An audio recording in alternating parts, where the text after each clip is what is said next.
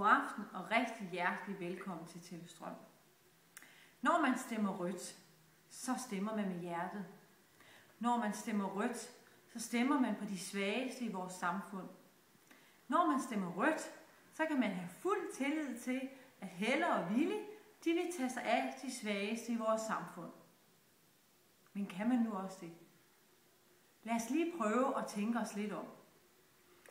For uanset om det bliver rød eller blå blok, der vinder ved næste folketingsvalg, så har vi en gældsbyrde på 83 milliarder. Så uanset hvad, så kommer vi til at prioritere lige så langt øjet det rækker. For at give et helt konkret eksempel. Så lige nu bruger vi 129 millioner på efterløn i Lyngby-Taarbæk Kommune. Samtidig med, at vi skal spare 20 millioner på børn og unge og 15 millioner på sundhed. Er det social ansvarlighed? Er det at tage hånd om de svageste i vores samfund?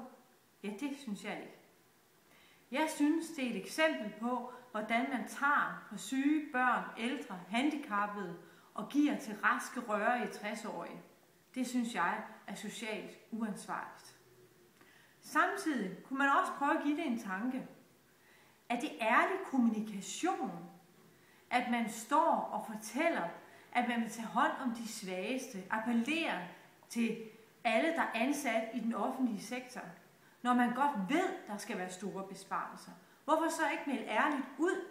Jeg tror, der er rigtig mange, der stemmer på Socialdemokratiet og SF, som helt uden at vide det, kommer til at stemme på deres egen fyreseddel. For tør vi ikke prioritere i vores overførselsindkomster, tør vi ikke prioritere i forhold til, hvem der har mest behov, så kommer vi til at lave nogle besparelser, som er helt skæve. Så jeg vil virkelig opfordre alle til at tænke om, sætte jer ordentligt ind i tingene. Og hvad er det at være ægte socialt ansvarlig? Det er at turde prioritere, og det er at kommunikere ærligt.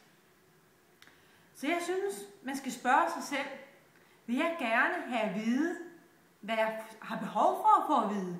Eller vil jeg gerne ase med hårene og ligesom holde sig en lille bitte smule for nar, fordi det er det, der giver flest stemmer? Tænk dig om, og godnat, og sov godt. Kan du mærke nettets varme om din frihed mere og mere? De vil nappe 12 minutter af dit store frikvarter. Og fra højre og fra venstre bliver der skudt med skarpe skud. I midten står det danske folk og ser bekymret ud. Kald en spade for en spade og sig det som det er. Det er slut med tomme løfter og kejserens nye klæder. Der er fuld fart på verden, vi skal ikke hægtes af, og vi bliver nummer 1 igen en dag.